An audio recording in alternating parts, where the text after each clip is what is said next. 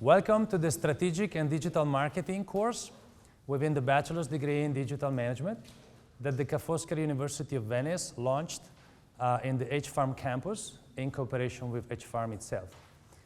My name is Leonardo Buzzavo.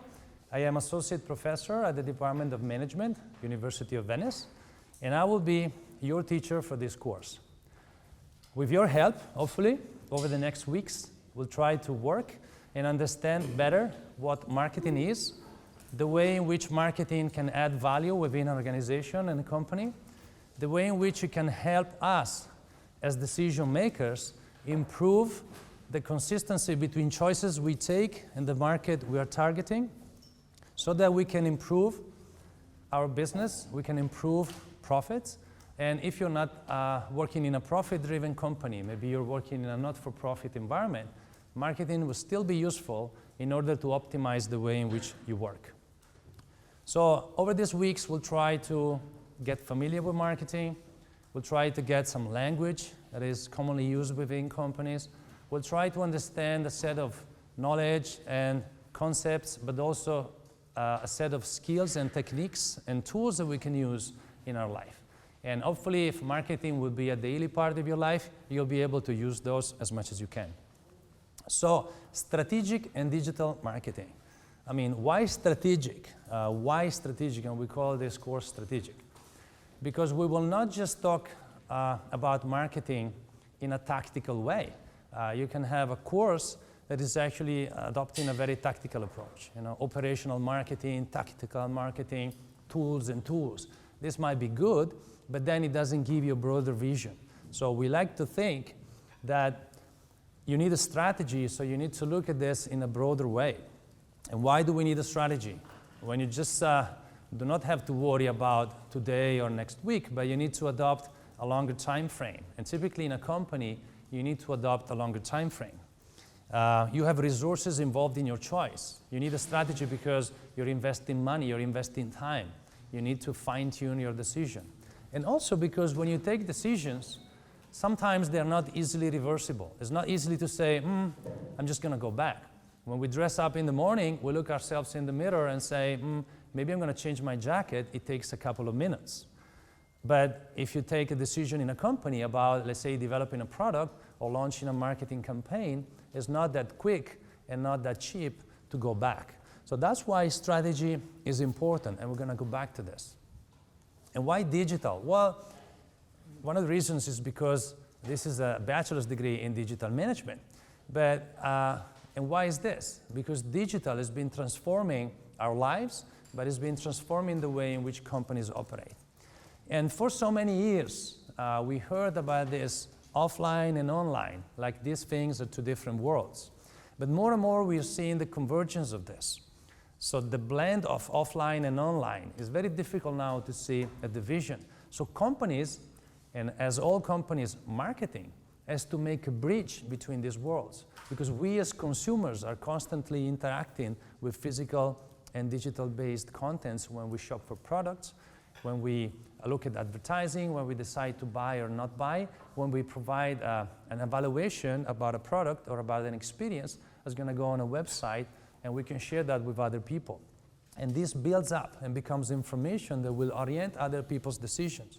So more and more what we are seeing inside companies is that we're moving away from companies having a digital department, and more they're becoming digital companies. So the digital dimension is investing the whole company.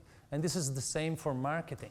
You know, we're not just going to have digital marketing as a small piece of marketing, but digital is investing the whole of marketing, is changing the roles of marketing, and is allowing us to enter a new world. So that's why strategic, that's why digital. And now marketing, of course, is the building block of this course.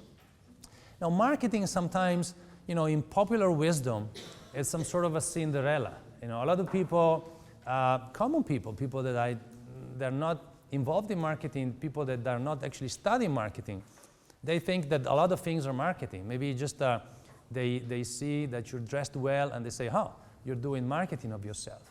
Or maybe they're watching a television ad and they say that's marketing.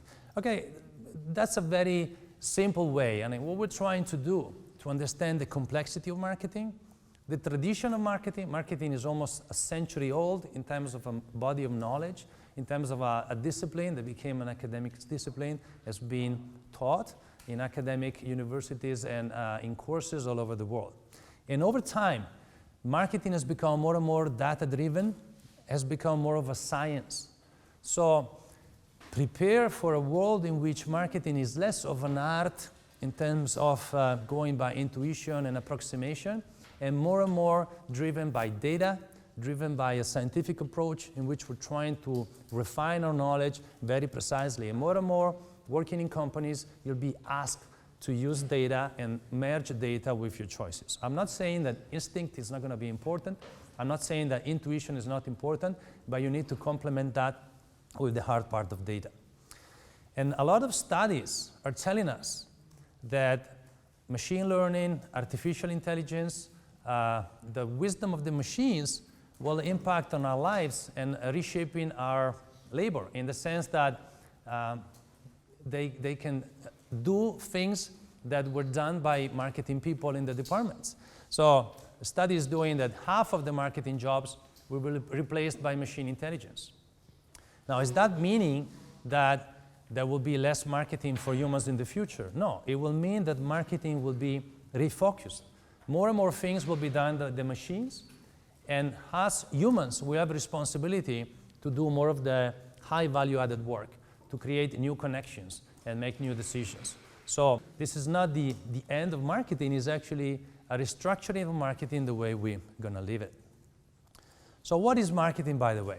Marketing is a set of concepts, is a set of tools, is a set of techniques that are helping us to relate to a market. So marketing, we need to fine-tune our relationship to a market. And it is about creating better value for a market so that we can take that value back to us. Again, what does it mean? In economics, it's about value. Every time we as consumers, we decide that we attribute value to something, we're prepared to pay some money. And that money is the value that we give up because we could use that money for something else. So basically, if we are improving the way in which we create value, our product, the service that we provide, the experience that we're going to provide, then this will impact better and we'll be able to transfer that value back to the company. It's about value creation and about value appropriation. Now, this is a long route. It's a complicated route because it implies devising a lot of elements, making them consistent along the way. But this is what marketing is about. And why is this is the case? Because we all have needs. I mean, as human beings, we need to eat, we need to drink, we need to shelter ourselves from the rain and the cold. We need to do a variety of things. We have a lot of needs as human beings. But thanks to our psychology, to our society, to our culture, some things are becoming actually more evolved and they become wants. We probably do not need an expensive watch. I mean, we could just need a way to tell our time. We can maybe move with a cheap car, but maybe we want to buy an expensive car. So they become wants when they are shaped by our psychology. And now with social media, a lot of people are actually changing their desires and wants into more expensive things because they're seeing this around, posted by other people. Now, this becomes demand when it is backed by buying power. So demand is when these needs and wants are backed by buying power. It means that there is some money behind. You know, imagine if we're all watching a luxury product, but we don't have €1 to spend. So we have a want, or we want to buy that expensive car, but we don't have €1 to spend. This is not becoming demand. So marketing then, hopefully, will need to fine-tune decisions so that it targets consumers that can activate buying power. It can become demand. That demand becomes sales, it becomes business, and then hopefully it will become profits. So just think of an example. When it's going to be cold, we need to shelter ourselves because we don't go out with a t-shirt, we need a coat. And then maybe you buy a type of coat. Think of a brand like Save the Duck. Save the Duck has chosen to save the animals. Basically, what Save the Ducks is saying, I'm different from Moncler. Moncler will sell you an expensive protection from the cold, but I will sell you a protection from the cold that is actually using artificial material, so no ducks will be harmed. So again, what am I buying here? I remember before when I said the needs and the wants. We all need to shelter from the cold. But maybe we don't wake up and say, oh, I want to protect the animals, or maybe duck feathers are okay. So this is where the psychology comes into the game. And this is where we need to train our thinking that every time we as consumers buy something, we're buying more than a product. We're buying sometimes a story, we're buying an experience. And in fact, you need to think about offerings. So sometimes we think of a product, but it might be just the tangible part of it. But the product sometimes includes a service element. It includes a brand, sometimes with a set of a story, maybe with the founder and some of the advertising. It includes an experience that maybe you have because you're buying that product and maybe you join in a community, you're getting type of customized communications. But it also includes ideas. Because today companies are more and more broadcasting their ideas about society, their ideas about the planet. So this becomes a very complicated set of elements that are making products more evolved, products more multi-layered, and in decisions, it's very delicate to manage all this. So an offering is a combination.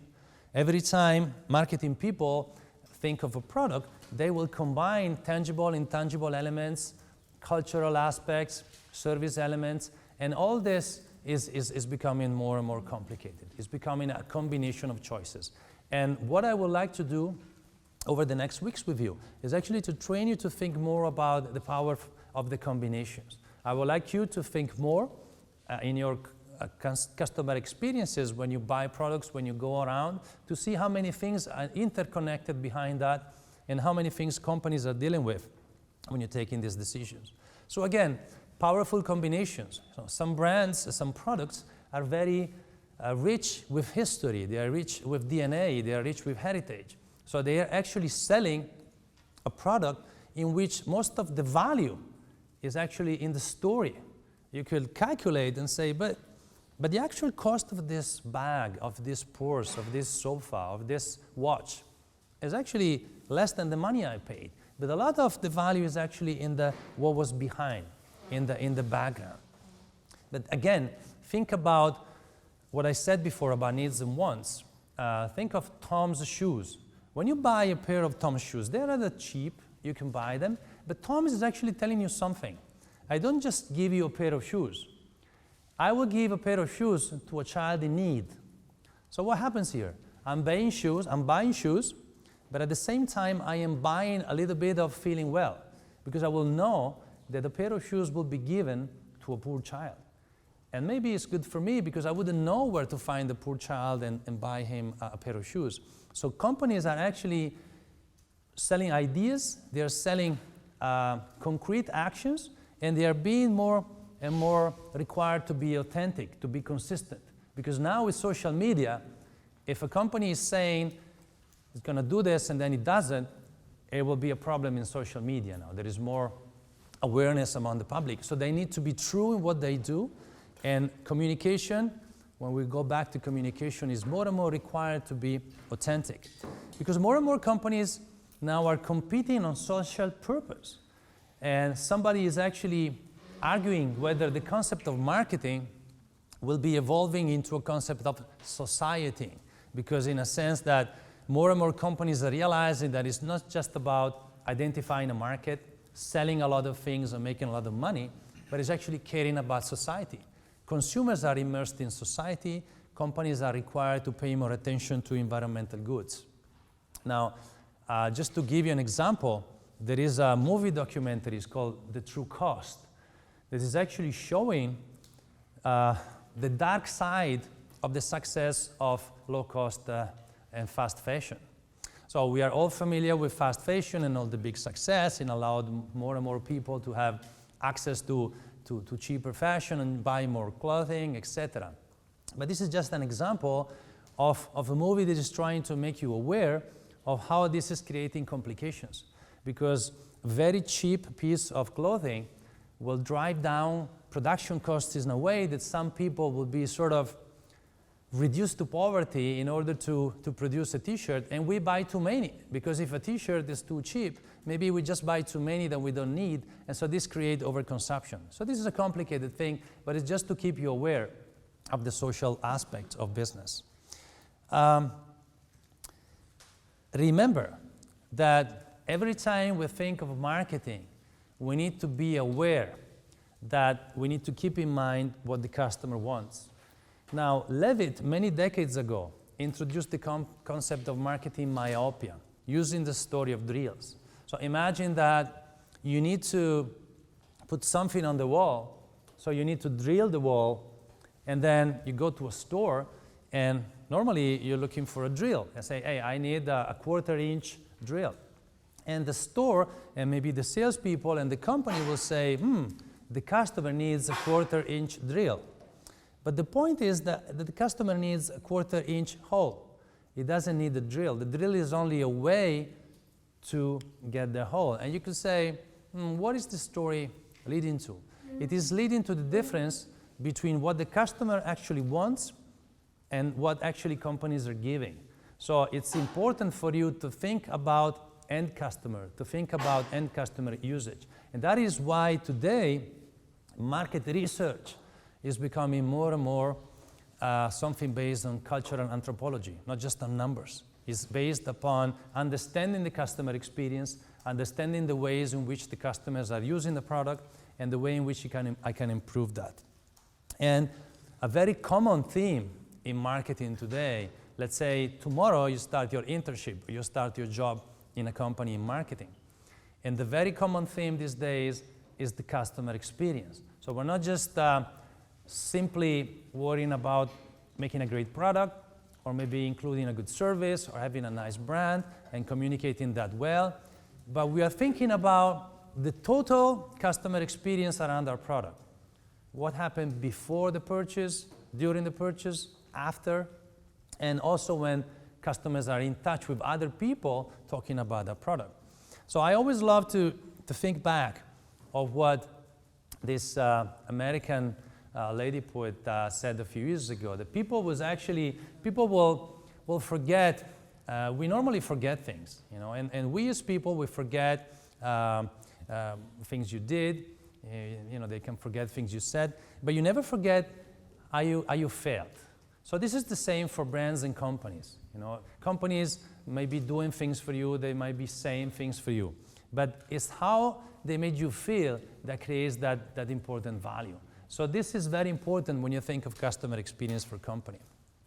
So I said before that marketing is almost a century old age, because it evolved and actually it accompanied an evolution of industries. Where industries started back in time, they were concerned about producing things and the production. Think of the birth of the mass production system. It was important to be oriented to produce as many as possible, maybe as fast as possible. And then over time, we started paying more attention to the product, and then the importance of selling the product, and then to the marketing set of decisions that we'll be investigating. And as I said before, to society. So over time, we're seeing more and more of a shift from the inside to the company to the outside and to the connections. So now you hear a lot about co-creation, because a lot of things are actually co-created between the company and the customer. Think about TripAdvisor and all the customer reviews. Think about targeted advertising and Facebook, because the targeted advertising that Facebook is selling to the companies is actually fueled by all the information that are fed through the way in which you post and like things. It's allowing Facebook to direct advertising messages to companies. So more and more co-creations, more and more relationships. So just a few things before providing you with more details of how some elements are becoming more and more important in the marketing domain. You're more likely to hear about customer relationship management. You're seeing companies more concerned in how to manage the relationship with a customer over time. You see more and more companies that are trying to measure customer value because it's very expensive to get to customers. It's very expensive to do promotion, as we will see. So it's very important to measure what is the value of that customer compared to this customer? How much money should I be prepared to invest in that direction compared to that direction? It is an age of scarce resources. We need to improve our ability to do so. A lot of attention to customer satisfaction. Are my customers satisfied? And a lot of surveys. Some companies are actually producing surveys on how many customers are satisfied. This is feeding back information to companies, improving their ability to be creating and extracting value. So selecting. We will look at segmentation. We will look at positioning. Marketing is about making choices. You cannot do anything. You need to choose. Like you chose digital management in the wide array of bachelor programs. It's the same for a company. When you need to target segments, you cannot do anything. So you need to make choices. And the relationships will be more and more two-way because of this power given by digital technologies and the ability, positive and sometimes negative, to make relationships in two-way. And the interesting thing, we'll come back to this in a few minutes, but consumer-generated marketing. See, in the past, marketing was more created in the laboratory by the experts, and then it was sent into the market. Now, actually, the power of technology has given people like us the ability to express thoughts and feelings, share them, and with our like, we can virally put a message up in the videos, in the screens of a lot of people. So this means that a company cannot control its reputation, cannot control its brand like it did in the past. It's more in the hands of customers. It can try to do its best, but then a lot is being done by customers. So customers sometimes can do a positive reinforcement, but they can do a negative reinforcement if things go bad or something is being discovered about this. So this is very interesting, the consumer-generated marketing, marketing more in the hands of customers. So how do we capture value? We, as marketers, we're trying to build loyalty. We would like our customers to be loyal and buy our product again and again, because this is giving us a stream of money. And so we need to create loyalty, you can call it retention. I would like these companies to stay with me. And again, you remember when I said about data-driven marketing. More and more companies are calculating the customer lifetime value. See, when you go to a supermarket, maybe they want you to make the card, or maybe they want you to download the app. What they're doing, they're trying to measure. Say, how often are you shopping? How much money are you spending? For how long you will be a customer? Maybe you're a student here for 3 years, and then you go back to your region or home country. But again, all these numbers, they add up, and they make some sort of a value represent, and it goes back to the selection. Where do I buy communication? Which one do I want to target? Again, it's about selection, it's about consistency. And when we speak about the marketing mix, it's like a DJ. It needs to play the right music for the right type of people. Otherwise, the dance floor will be empty. Everybody will leave. It means for the company, no money is being paid. So we want to build the share of customer. Some people call about the share of wallet. I am selling something to you. I want to sell you more things. Maybe you have a TV subscription, and they call it, and they want to sell you the internet subscription. Or maybe you have the internet subscription, and they call you, they want to sell you electrical power. Again, companies are increasing their share of wallet. It's not very distant from when you go to a movie, and they want to sell you the popcorns and the drinks and maybe the special edition glass. Wow, that's 10 euros for that, and go with a kid. You have to buy that for 10 euros. So that's the share of wallet. And companies are actually trying to get this, work on that in order to possibly make money. If it is a business case, then that's what we're trying to do. Then ideally, this money will be used in a virtuous way. It will be used to improve the product, to innovate, and sometimes maybe also to support the environment. Like everything, things can be used in a good and a wrong way. Marketing can be a very powerful tool. It can also sometimes be criticized because it creates unnecessary needs and wants, or it pushes marketers sometimes to invent stories in order to convince people. Again, there is the positive and the negative side. We'll try to balance this. How is the landscape changing? Well, some topics that we will not go through into them because this is a course that we need to also strike decisions. But more and more around yourselves, you will hear about a trend of frugality. Some customers are cutting down on expenses. They want to consume less energy. They want to buy maybe less meat. They want to pollute less. So there is a trend which is actually emerging and sometimes is worrying marketers in some way because you need to rethink your customers. This has element of social responsibility. I mentioned that before. Of course, globalization. Now this creating new competitors arriving. And also the not-for-profit. There is a growing tendency of people actually starting not-for-profit businesses. There is a big trend, for example, around this. And that will be another trend for you in the future. That's why I told you before, do not think of marketing just as a tool for profit-driven businesses. And then, of course, digital. And this is something that we will dedicate a little bit of an extra attention later on. So, marketing strategy. I said before, we will try to worry about strategy, not just about the tactical element.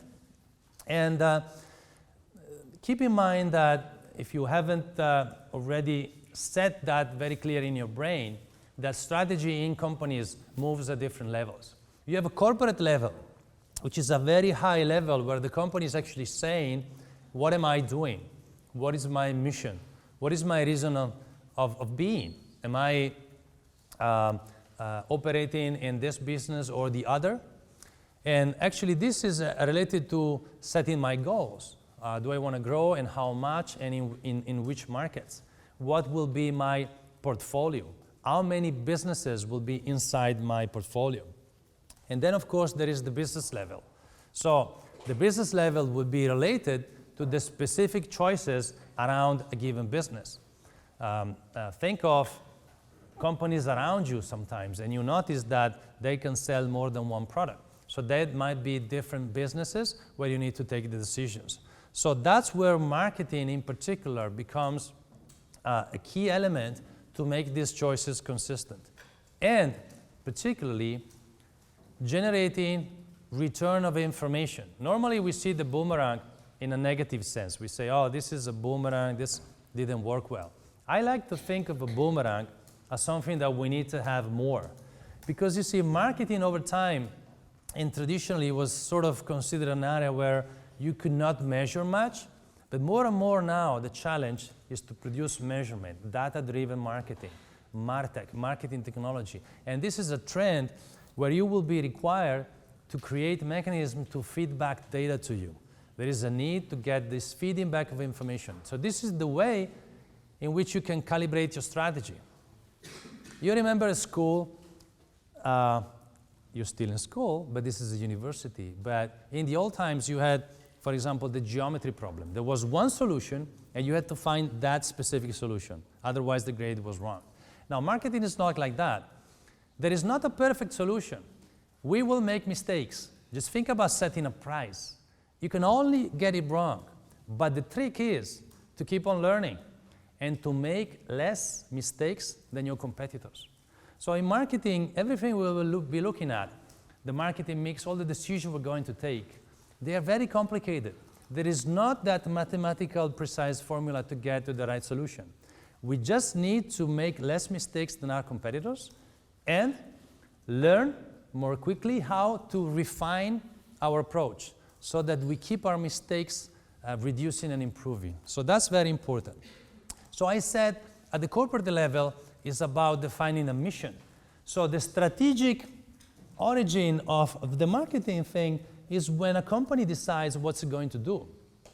Think of the Disney company. If you go and read the mission of the Disney company, you will find a statement that actually says what it's going to do. And people could think of movies, people can think of, stuffed teddy bears, and people can think of maybe a theme park.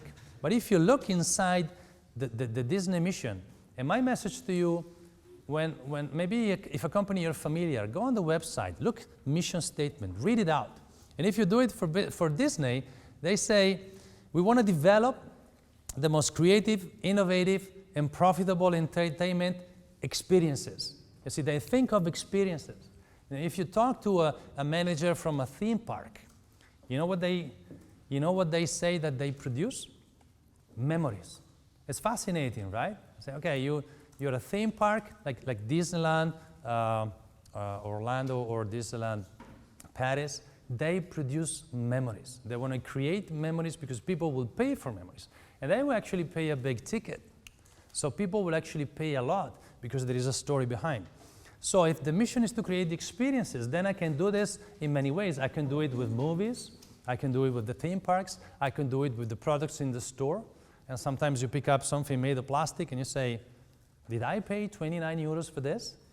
But you actually connected that maybe to a memory of your childhood, and then you're buying something that goes beyond that plastic element, isn't it?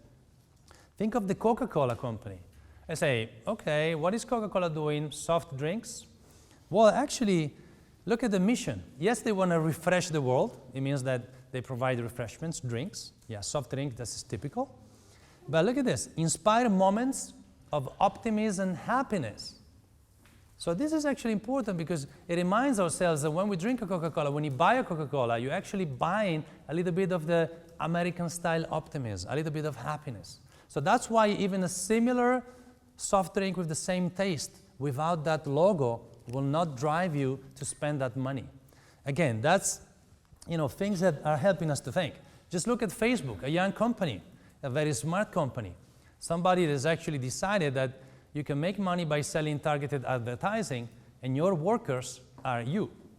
People that for free are posting, sharing, clicking, liking, and this is actually generating for free a lot of value. That was very smart, by the way, by Facebook. And if you look at the mission, they say people use Facebook to stay connected, the network, to discover what's going on, the news, and to share and express what matters. The sharing, the liking, and whatever. So all this creates a platform where this is actually working in a way where a lot of value is being created, as I said, besides the technology platform by you, by the content generators, and then appropriated by the company in terms of extracting value from the companies. They want to send targeted messages to you. So we're going to go back to strategy, marketing strategy, but just to give you an example, there are so many alternatives around. This is what you can call the product market grid or matrix. You can call it the way you like, but it's actually showing to you that you can have a product in a market, and then you can move by, for example, taking that product to a new market. Imagine that you're selling energy drinks. I don't know how many energy drinks you're consuming as students. I mean, that may be your own knowledge, but you're selling energy drinks in a market, and you decide you want to take that same energy drink to a different market. It can be a new geographic market. It can be a new demographic market. Maybe you realize that even, let's say, older people are prepared if you stimulate them to consume energy drinks. But you can actually think differently. You say, why don't I work in this existing market and I develop maybe a new product? You're already in the market of energy drinks, so you already have a relationship with people that are actually buying energy drinks. Maybe sometimes they're practicing sports, they're very active. Why don't I sell them snacks?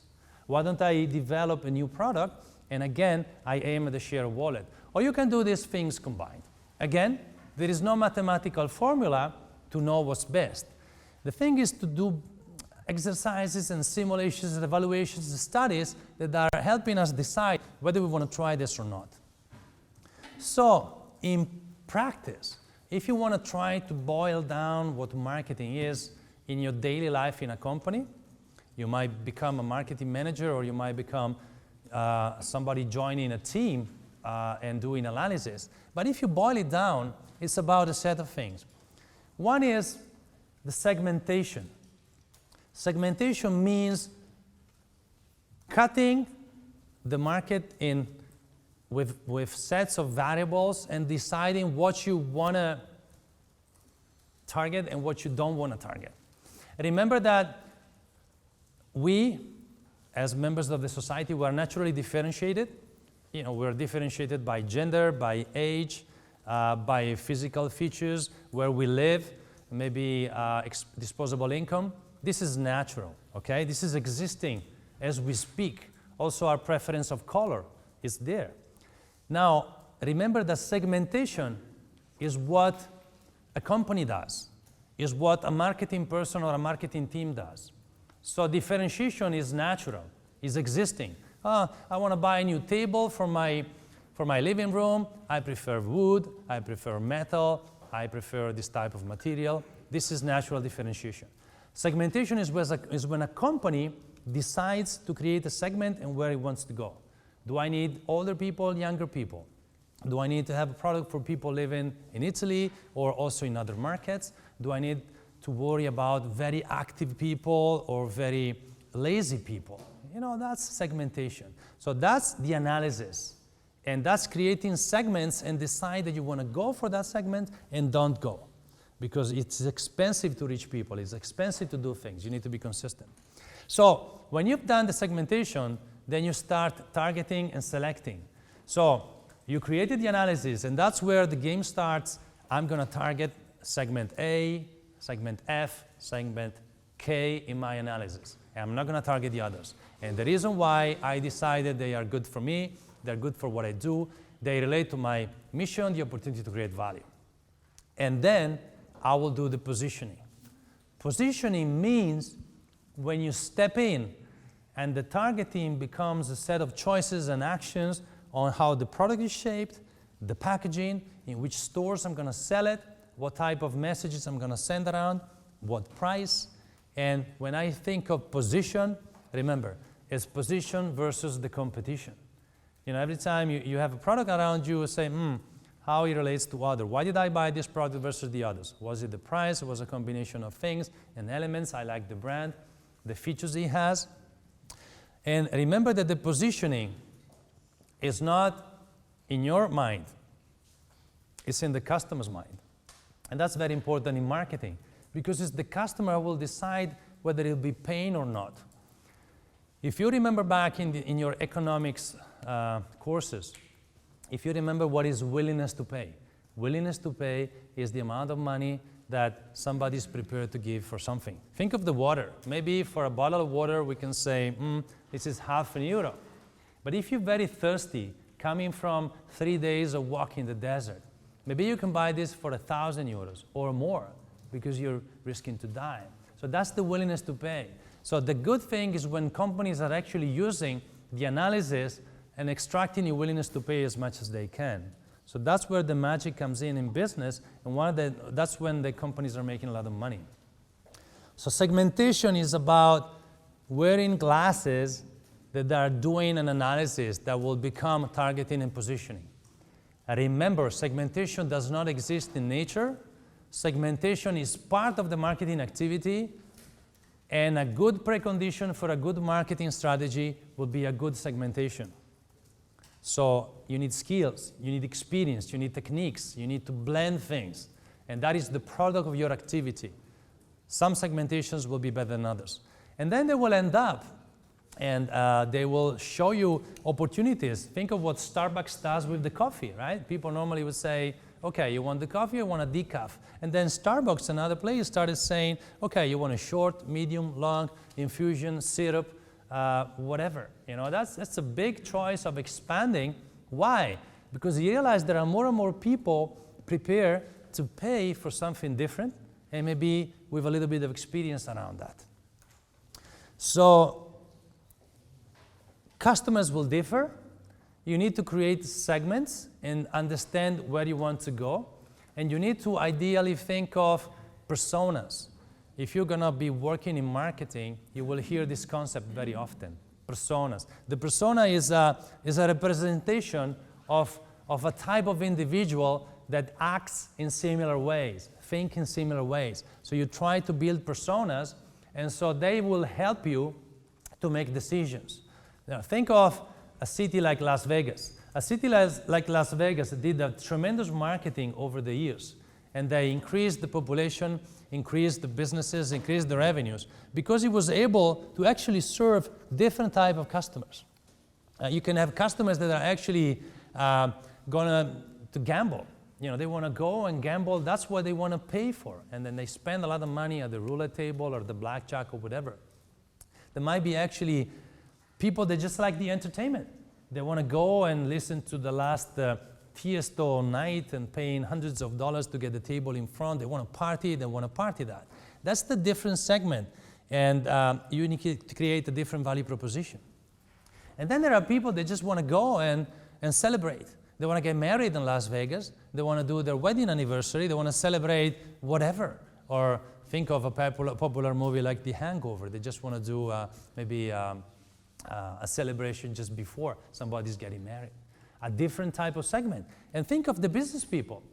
Las Vegas created a lot of congresses and more exhibitions and congresses because it attracts the businessmen. So you think of different segments, and of course they can overlap, because you can have a businessman going there and maybe enjoying the entertainment. You can have people going to celebrate and then also maybe going to gamble.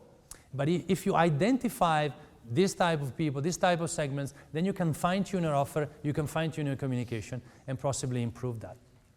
So that's when you need to start thinking about the marketing mix. A lot of time that we will spend over this course is to understand better what is inside the marketing mix. How can you mix and remix it better? It's like being a DJ. It's about combination. It's about fine-tuning. It's about balancing. So most typically, the marketing mix is commonly referred to as the 4 Ps. The 4 Ps of product, price, place, and promotion. Now, this is the most classical definition of what the marketing mix is. And if you want to boil down a lot of the marketing choices in a company, this is a very effective way to understand what it is about. I need to think of a product. Remember, in the broad sense, think of the offering. Think of the combination between product, service, brand, ideas. So think of product in the broadest possible sense. And that's one leg of my table. Then I need to decide the price. Is it going to be high, low? Is it going to be fixed? Is it going to be a subscription? Is it going to be maybe zero for a few months and then you pay later? Many, many combinations and many choices on that leg of the table. And then you need to decide about the place. Where will I make this product available to my customers? Do they need to come to a store and buy it? Is it something that they can click and receive at home? I mean, how many ways are existing for this place to exist? And think also digitally. The place can be digital, because sometimes we're just buying something which is intangible. Let's say you're buying a movie over the internet, or you're buying a software service that you buy for a subscription, €9 a month. Then the place is actually a virtual place where you get a download, so you can get it right on your computer. And the promotion is all the ways in which you make this known to your customer. You know, the big risk for a company sometimes is to have a great product with a wonderful price level, a wonderful place choice, but then they forgot about promotion. You know, not enough people know about this, and that's bad. You know, you need to let people aware that you exist as a value proposition, and also you need people to be aware that they should prefer you compared to others. When we speak about communication and promotion, we understand this better. It's not just about letting you know that I exist, buy me. It's actually buy me and not the other. Because for you, my value proposition, if my segmentation and targeting was good, should be better for you. So again, here there will be a lot of choices around this. Think about the product, the variety, the quality level, the design of the product, the packaging, how many versions, you know, a lot of things. And the price, I said that before, you know, over time, one time, and even in simple things, like when you go and buy a pizza. Am I buying a cheese pizza? Am I buying all you can eat? Am I buying a fixed menu? All combination of price. Am I paying a monthly subscription and I can come here and buy pizza as much as I like? And then the place, again, as I said before, what type of channels, all the decisions about the logistics, things that are going to happen between how long is going to be the chain of the people involved, and of course the promotion. What type of messages I'm going to send, what type of public relations I'm going to have, what type of use of social media I will have to do in order to balance this. And remember, it's not just my choices, but it was what happens in the market, and sometimes I make mistakes. Remember that in recent times, you will see more and more a debate. People said, the 4 Ps are dead. You now think of the 4 Cs. Now, you always have to be careful when people are telling you that something is out of date, is out of fashion. The 4 Ps are still valid. They're still applicable. And I think it's very difficult to say that, that they're not useful. It's just that thanks to the evolution of the markets and the impact of digital technologies, there are other ways that are helping us to have a broader picture. So I wouldn't agree with people that say, forget about the 4 Ps, use the 4 Cs. It's that you can use other ideas and concepts that help you better.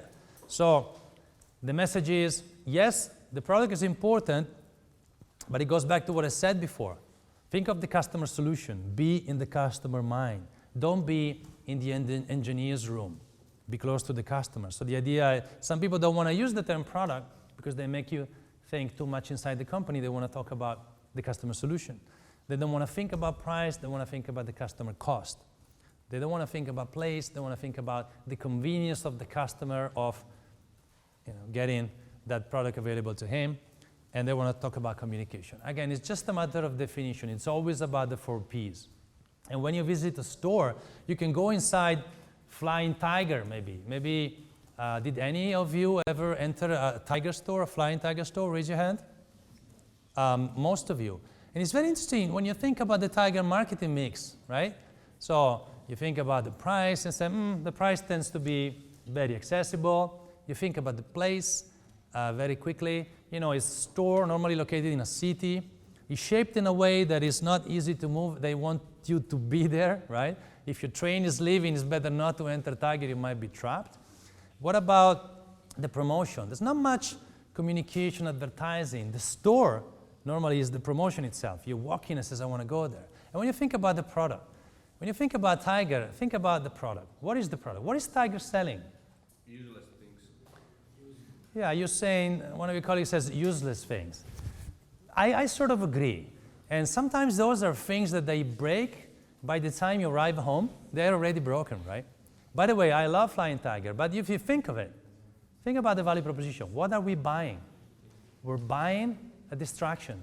We're buying some fun. Think of it. If you go into Tiger normally, is that because you need something? It's just because you want to have some fun. And you probably spend 3, 5, 8, 12, or sometimes even more euros, but you do this often. You see, you're going back. And so again, going back to what the customer is buying. Tiger doesn't really care much if what you bought is probably be broken when you go home. You're not going to be complaining. Why? Because you knew as part of a game. Hey, I just wanted to have fun. Look at this. Halloween is going to be coming, and then the seasonal thing. It goes back to the choices. So you need to be consistent, okay? And that goes back to the choices. So we'll also go back to issues like the marketing plan. When you need to have a strategy, then you need to make a plan. If you go to a small company, the marketing plan would be very simple. Sometimes it doesn't exist in a written form. Well, we know our marketing plan. Now, the bigger the company, the more structured and formalized the marketing plan will be. So if you go to a bigger company, you will find sometimes a very big document. It will contain, of course, maybe a summary at the beginning, but then it will contain an analysis of the situation, an analysis of what the competitors are doing, the objectives, and then all the strategies and the actions, also with the idea of the budgets and the controls. Remember the numbers, because we need to go back and have the ability to monitor if things are going the way we wanted. Normally they don't, because you can just get it wrong. So the important thing is to feed back the information and adjust it, reposition, recalibrate your analysis. And so that's, as I said, the typical ingredients and contents of the plan that you typically have. And you need to have it because there are so many alternatives that you need to make a plan. You need to tell your colleagues what you're going to do. So a marketing plan is something you need to engage your team. Hey, this is the plan, this is where we're going to go. You need to share with your colleagues your direction. Do we want to go for high customer service, for high quality? Do we want to go for accessibility? Do we want to go for being unique in the way we make feel the customers? And then, of course, it plans. It specifies who is going to do this, when. It creates timelines. Okay, so in the last part of our lecture, as I said before, digital is impacting so much. And in this first lecture, we're creating our foundations to understand what marketing is, understanding the complexity of decision we're going to take, and we're also creating a better understanding of the perimeter that is changing because of the impact of digital technologies. So something that we're doing, and for example, part of the materials will use the metaphor of marketing 4.0. Like one of the most widely known authors about marketing, Philip Kotler, he recently published a work talking about marketing 4.0. It's like a new release of marketing. Now there is this link to the fact that everything that we have is constantly updated. And I like to trace it back to about 20 years ago. 20 years ago, a group of people published the ClueTrain Manifesto. Now, I invite you to go to cluetrain.com. It's a site where a group of people, they published a set of propositions. Actually, there are 95 propositions. I'm not saying you need to memorize all of them. I'm not saying you need to study all of them. They will be part of the exam. But the concepts around them are very powerful. As a group of people, they are seeing 20 years ago the impact of digital technologies arriving, and they specify messages, sometimes in a very aggressive and funky way, if you say, a little bit like a rebels. You see the tone of voice in the ClueTrain Manifesto is like, sounds like it's written by pirates. And you know what? I love the first proposition. For me, the first proposition embodies the essence of the current challenge that marketing has. Markets are conversations. What does it mean? It means that today, because of the things I told you, because of the way the environment is changing, the way in which we are as customers enabled through our digital tools to be connected in a new way, we need to make sure that we as companies, we as brands, engage in a conversation with you as customer, to get the data to feed it back, to feed business going along, for you to stay loyal, etc. So I find this very powerful. This is just the first of the propositions. You can go online, maybe some of you are actually doing this at the moment, and you find that there are many others. I just invite you to browse through them and see how they specify how the power now is being shifted in the hands of customer. I told you before, consumer-generated marketing. So companies, they need to do the triple, quintuple work that they did in the past in order to orchestrate this process. And so these are the power shifts. So people like Kotler and many others are actually helping us to understand how this power shift is to the connected customers, is creating some transformations. For example, this issue between moving from exclusive to inclusive. More and more companies are trying to actually promote products for emerging markets. They want to become more inclusive. A very cheap computer, a very cheap cell phone, a very cheap water production mechanism that you can use rain and make water. There is a big issue that some marketing people are actually thinking of in order to make products more accessible. Sometimes walls are blurring between industries. Think about the way now you can use technological money. We are now in an age in which we can sort of send a WhatsApp message and give a few euros to a friend. Right? The convergence of the financial and the cell phone industry. Think about the collaborations and innovation. Again, this is one of the big trends that is actually being shaped. And a movement from vertical dimensions to horizontal dimensions. All this discussion about open innovation. Even in marketing, more and more situations are creating companies to collaborate with each other, to collaborate with research institutions, to collaborate with customers and play a new game. There's a new type of competition. Think of the way in which Uber or Airbnb are some of some sort of a horizontal player that are competing with the big vertical chains of hotels and maybe transportation providers. And think of the customer trust. In the past, it was sort of vertical. The company said, I am important, I am big, I am historical, you need to trust me. And now this has become horizontal. Why?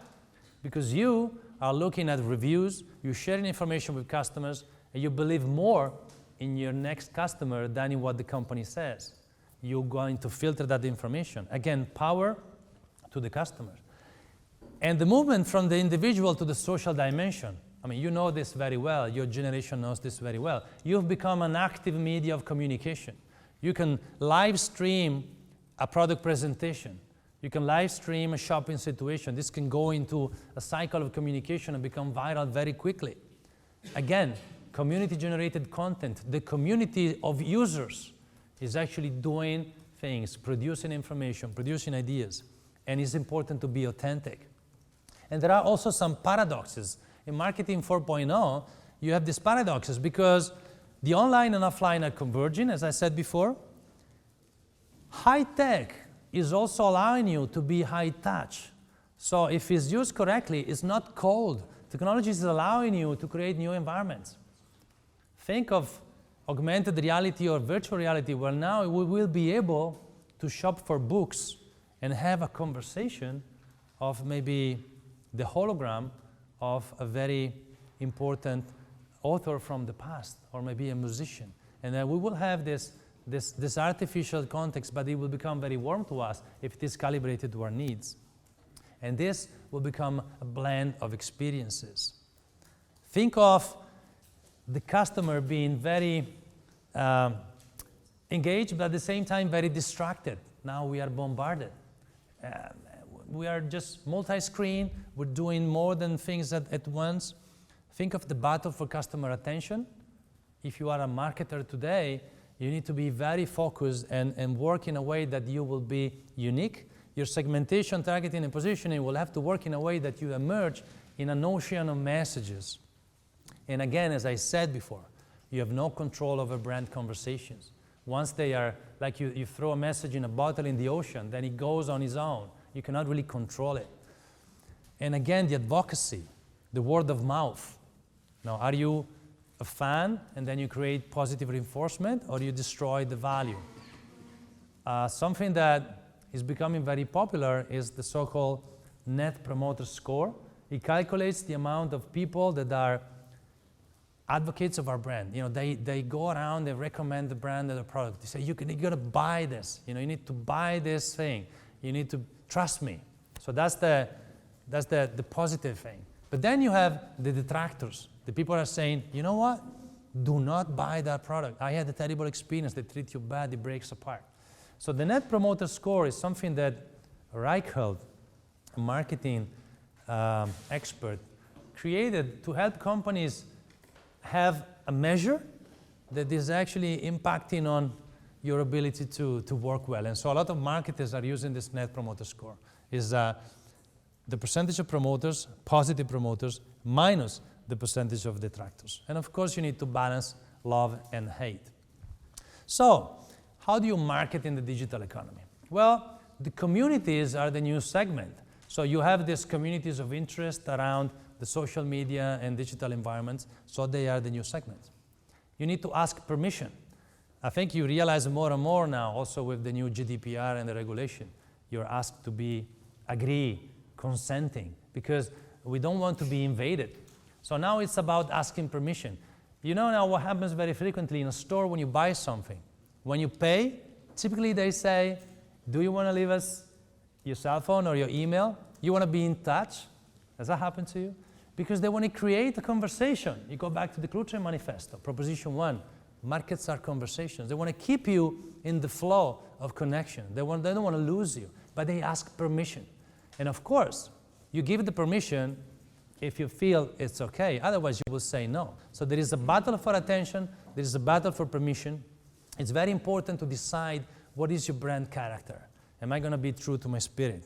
And this element of co-creation and collaborative customer care.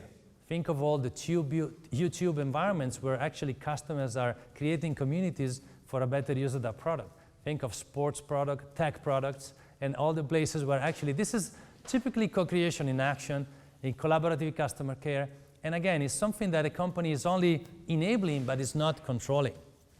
So in the last part of this lecture, which of course is very dense because it creates for you an environment of some of the topics we'll be going through in more detail over the next weeks. We need to remind ourselves, it's not just digital marketing. It's marketing in a digitized world, in a digital world, in a world that is being transformed by digital technologies. So the things we'll be looking at, using some of the expressions promoted by Kotler in Marketing 4.0, or in some of the things we just look around in our experience as customers, we see the things are changing. Think of products.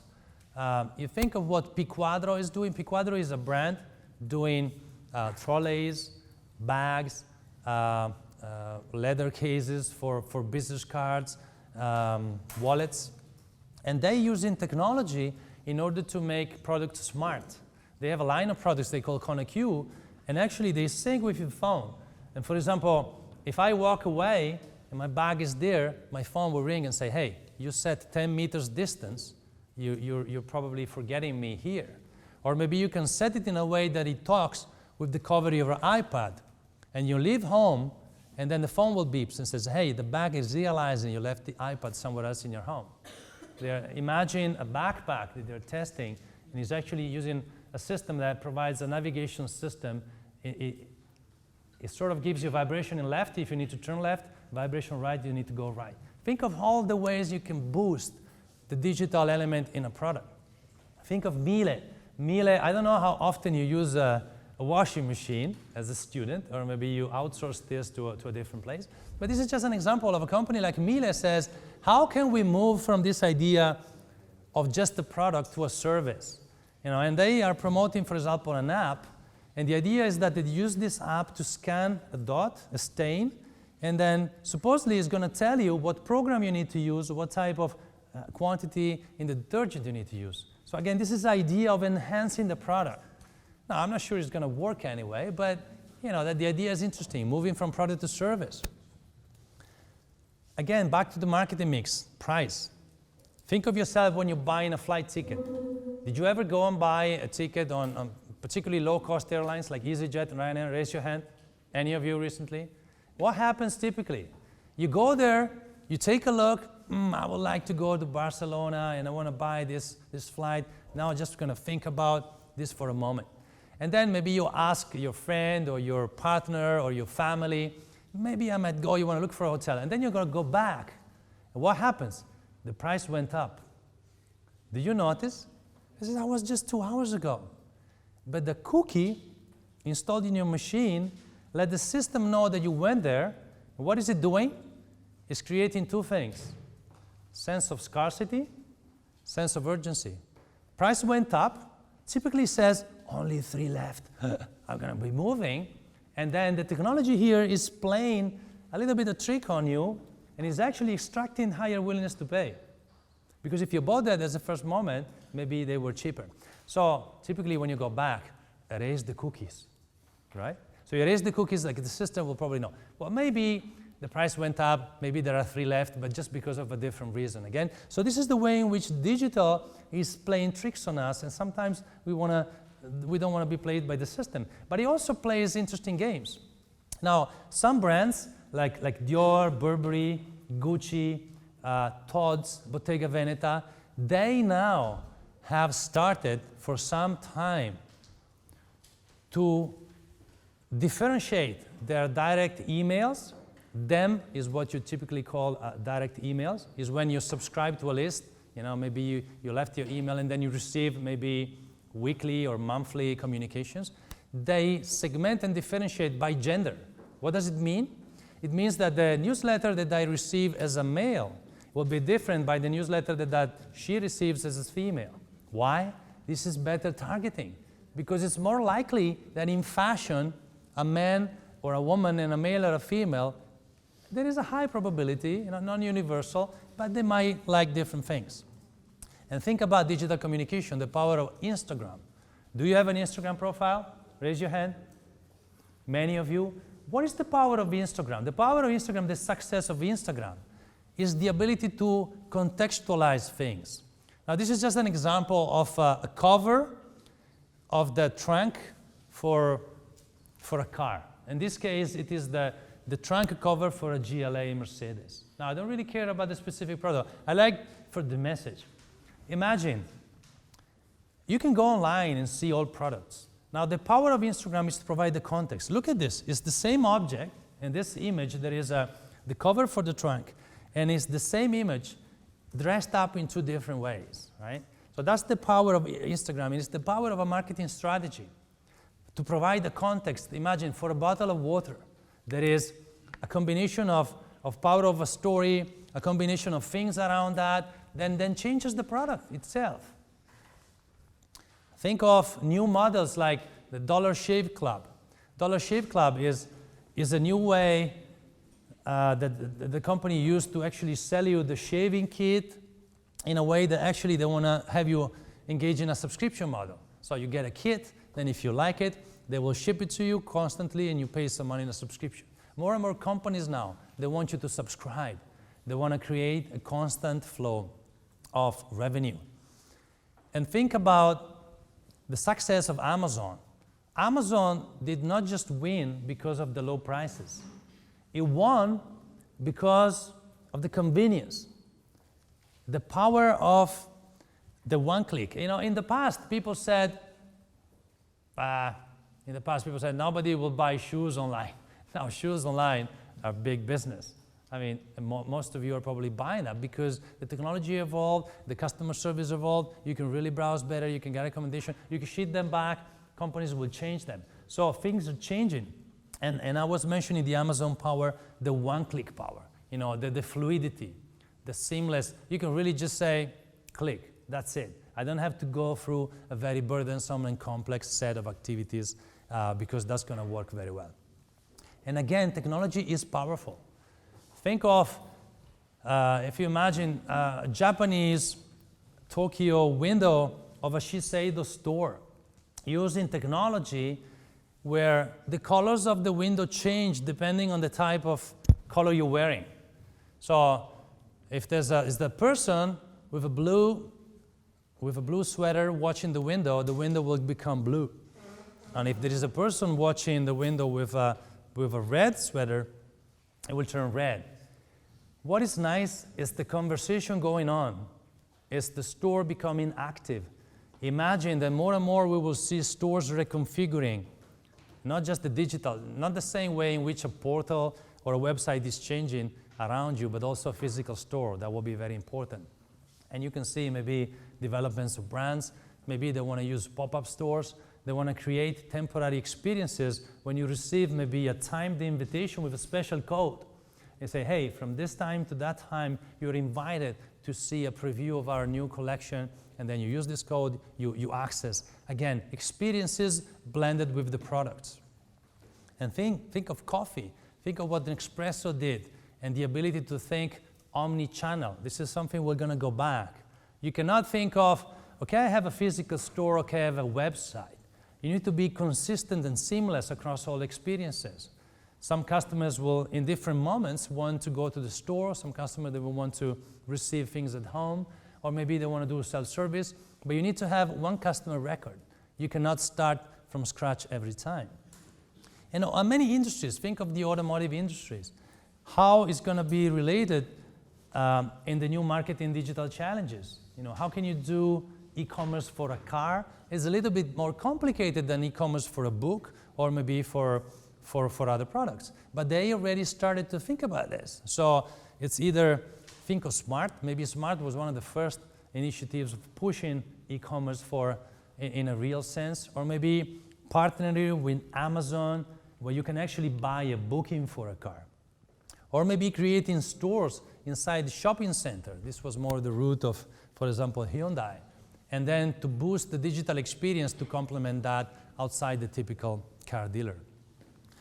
So all this is actually creating a wave of complexity. It's making things more complicated and difficult. So my invitation to you over the next weeks will be to try to make connections in 3 ways. One, try to connect the things that we share together in these contents, in these marketing topics. Try to connect them. They are all connected. They are a mosaic. The value of your learning will be enhanced if you connect them. Do not just put them in the drawers and keep them separate. So do this connection. Second, connect them with the things that you're currently studying and the things you've already studied. They will become more powerful. And thirdly, try to connect them, relate them to your experiences as customers. Every time you go and buy something, you shop for something, you watch an ad, try to connect it to some of the things I was proposing to you. Try to look at what's behind. My ambition as a teacher in this course is to help you take it a little bit in the other side. The other side is where actually the company is doing things, is planning things, deciding things around you as a consumer, sometimes you do not see. I would like to take you there and see the code. The more you see the code, the more you can decode, and the more then you can code the marketing strategy. Surely it's very difficult that you probably join a company and you become a marketing manager from day one. You probably join a marketing team, you will work alongside marketing people, but then you will breathe marketing. And your ability to do and perform well will reside in your ability to make the connections within the things we're talking about, the things you study in other topics, and in your experiences. The more you do that, the more you're likely to succeed and have an impact in the results of the company. So we'll see you in the next lecture, and good luck.